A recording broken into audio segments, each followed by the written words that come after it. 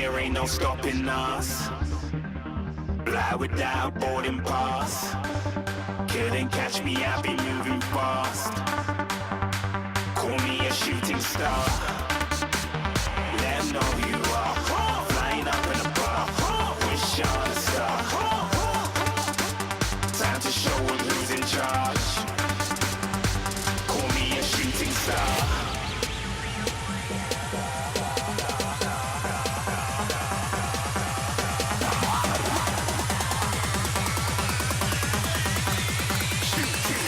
Didn't even get to cross.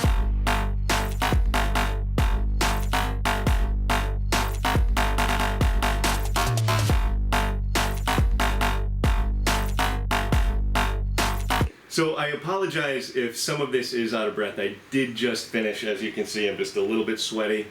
And I apologize if some of this is coming off with me out of breath. Doing the best I can.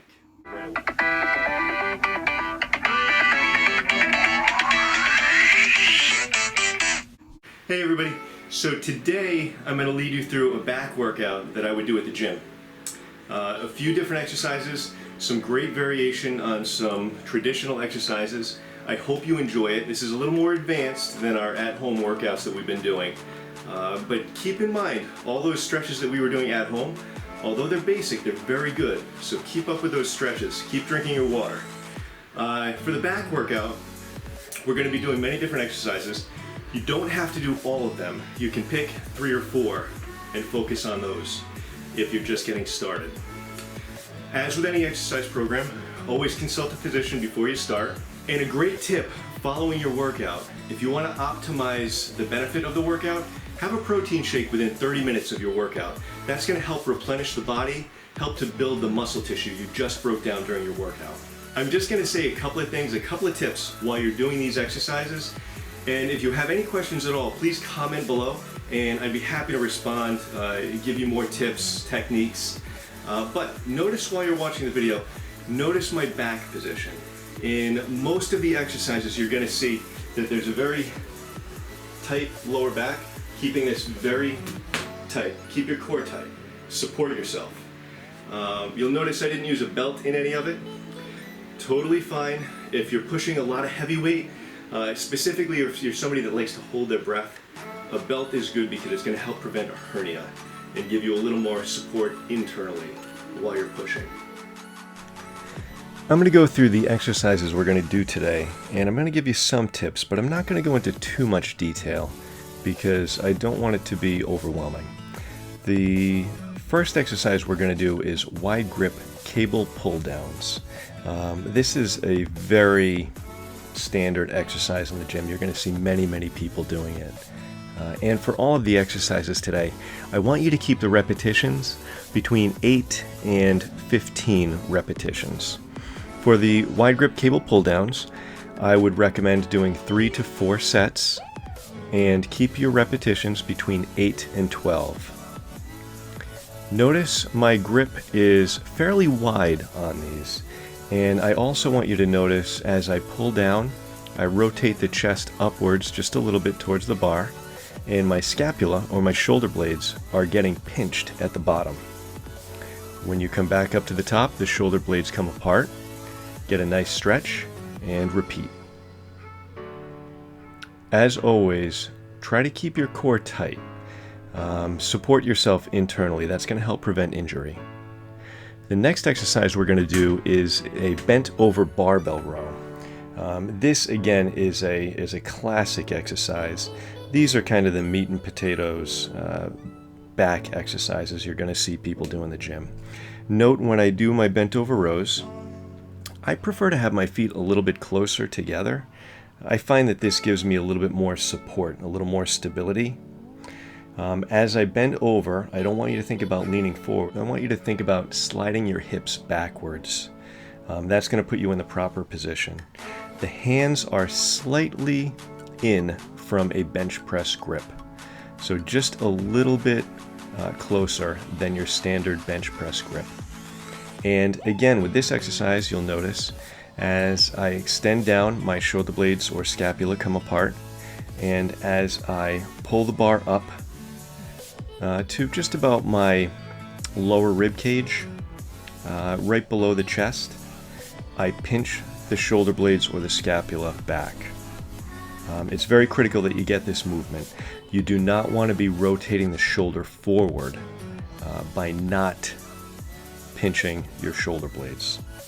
That can create injury over time. The next exercise we're going to do is a one-arm standing dumbbell row. You'll notice that I do a few of my exercises in any workout as a single arm. It helps to benefit your stability. It helps to build your stability. People think of it as balance, but it's really a neuromuscular response. You are making your neuromuscular response more efficient when you put yourself in an off-balance situation. So by doing a one-arm standing dumbbell row, you create that instability and you force your brain to work on that neuromuscular response. Again, with this exercise, I want you to be very cautious not to be rolling the shoulder forward. Oh, and I would say keep your repetitions a little bit higher on this one, 12 to 15. It's going to take a little work. The next exercise we're going to do is a straight arm cable pull down. And again, with this exercise, I'm going to do one arm. Again, forcing that stability, forcing my brain to make the neuromuscular response more efficient. Again, I'm going to ask you to make higher reps with this exercise. Try to put them around 12 to 15. And I would say do 3 sets of this exercise. This next exercise is much more advanced. Something to try if you want. They are pull-ups with a rope. Again, it's more advanced.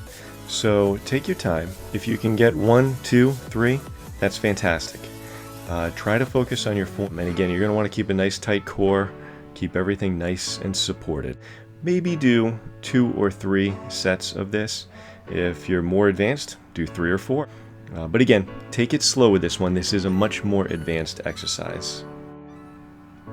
The last thing I'm going to do is a hyperextension on the Roman chair. This is a very classic exercise. You'll see many people doing this in the gym. You'll see a lot of people coming up very high. I don't want you to do that. That puts a lot of pressure on your lower spine. The L1 through 5. S1 through 5 is fairly fused, but the L1 through 5 has a tendency to get pinched when you come up too high. So notice I only come up to straight. Again, I try to keep my shoulders nice and tight, keep everything in line. The difference I'm doing with this that you won't see many people doing is the twist. When you come up to the top, do 4 twists, 2 on each side. Nice and stable, nice and controlled. Come back to the center and then lower. And then repeat. Just like when you do your core exercises, your ab exercises, you'll see many people doing twisting exercises. What I find odd is that you don't see many people doing twisting exercises when they are working their lower back muscles. And they function basically the same way as your front abdominal rectus would function. So adding that twist is going to hit a larger muscle group. So with all of these exercises, pick a moderate weight. Stay in control. The form is critical. That way you'll prevent injury and you'll get the most benefit out of every repetition you do. So please subscribe to my channel, follow the videos, go back and review some of the stretching, at-home stretching. Make sure you're drinking your water. Take another look at that last stretching video I did on hip flexibility and mobility. Terrific tips for everybody, every age, every performance level. Again, please subscribe to the channel, and if you have any questions or comments, please put them below. I will get back to you, I promise. And stay tuned for my next videos. I'm going to do more of this in the gym, getting into the real workout, so you can break down some muscle tissue, start building some new muscle tissue. New muscle tissue is going to help you burn fat calories much faster than if you just do cardio. So stay tuned. Bye, everybody.